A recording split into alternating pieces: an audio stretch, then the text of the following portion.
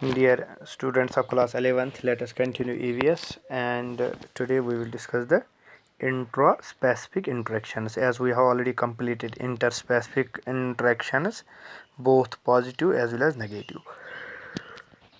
So today we will discuss the intraspecific interactions.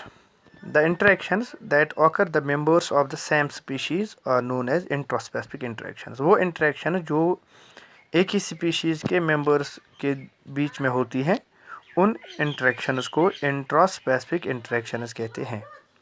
These may be cooperative whenever the species cooperates and tolerates other members for benefit, or competitive when the members get at harm out of the interactions.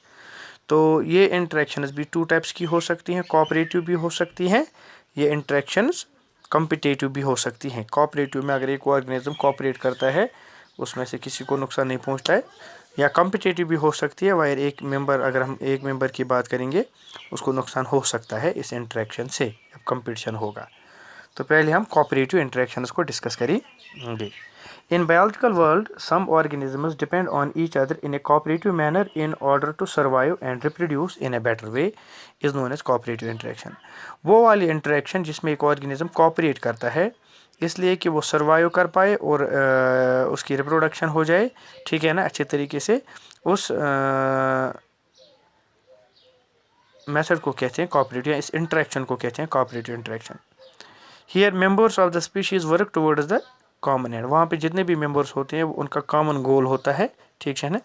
तो these interactions are following types. For example mating. When the male and female individuals of species pair together or come together in a particular season to reproduce and to give birth, it is called as mating. वो process जब एक mail और female एक दूसरे के नज़दीक आते हैं रिप्रोडक्शन के लिए, उस प्रोसेस को मैटिंग कहते हैं.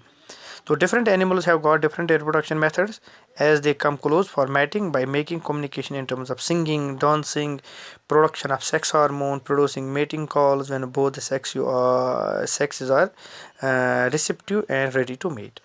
तो इसमें जो ऑर्गेनिजम्स होते हैं और जो डिफरेंट एनिमल्स होते हैं उनके रिप्रोडक्शन के तरीके डिफरेंट होते हैं. वो एक दूसरे के नज़दीक आते हैं, उसके लिए उनकी कुछ कम्युनिकेशन टर्म्स होती हैं. फॉर एग्जांपल कुछ ऑर्गेनिज्म सिंगिंग करते हैं, कुछ डांसिंग करते हैं, जिससे ये पता चलता है कि उनका मैटिंग पीरियड आ गया है. तो कुछ सेक्स हार्मोन रिप्रोड्यूस करते हैं, ठीक है ना, कुछ मैटिंग कॉल्स करते हैं, तो जिससे वो रेडी होते हैं, जिससे ये मालूम पड़ता है कि वो रेडी है मैटिंग के लिए, ठीक है ना. तो यहाँ पे ये कोऑपरेटिव है, दोनों कोऑपरेट करते हैं मैटिंग में. दूसरा जो है वो है लीडरशिप.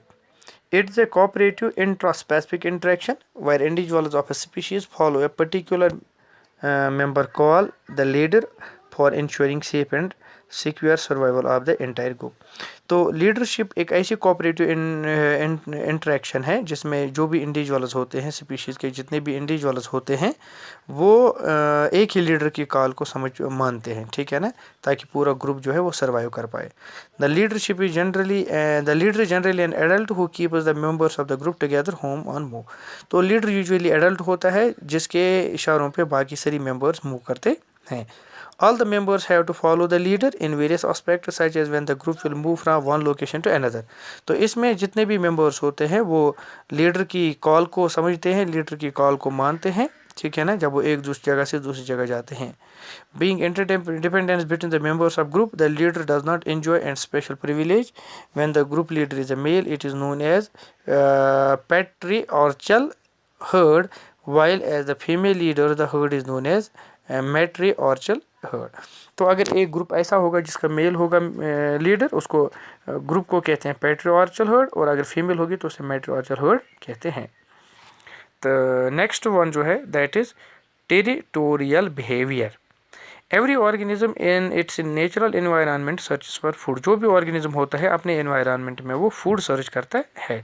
वाटर, मीट, जिस एरिया में वो रहता है उनकी सर्च में रहता है, ठीक है ना.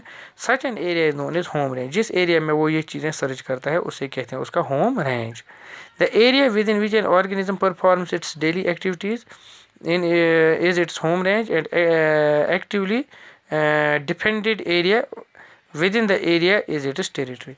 तो ये एरिया जिसमें एक ऑर्गेनिज्म अपनी नीड्स को परफॉर्म करता है, अपनी एक्टिविटीज़ को परफॉर्म करता है, उसे कहते हैं होम रेंज, ठीक है ना.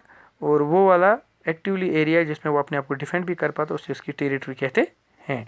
सो in territory the individuals breeding group live specially for shelter and meeting. तो इसी ग्रुप में जो जी इंडिविजुअल्स होते हैं वो लिव करते हैं, ठीक है ना, शेल्टर और मैटिंग के purpose. The territories of organism marked by secretions, urination, defecation etcetera. तो किसका एरिया कहाँ तक रहेगा, ये मार्क होता है, सेक्रीशंस होती है, यूरिनेशन होता है, ठीक है ना, to indicate that the area is being occupied by the respective occupant. जिससे ये पता चलता है कि ये वाला एरिया किस ऑर्गेनिज्म का है। Home range of different breeding groups में overlap but the territories don't. तो होम रेंजेस एक दूसरे के ओवरलैप कर सकते हैं, बट टेरिटरीज कभी ओवरलैप नहीं करते हैं। टेरिटरी में वो एक दूसरे को डिफेंड करते हैं, उसमें दूसरा ऑर्गेनिज्म नहीं आता है, ठीक है ना।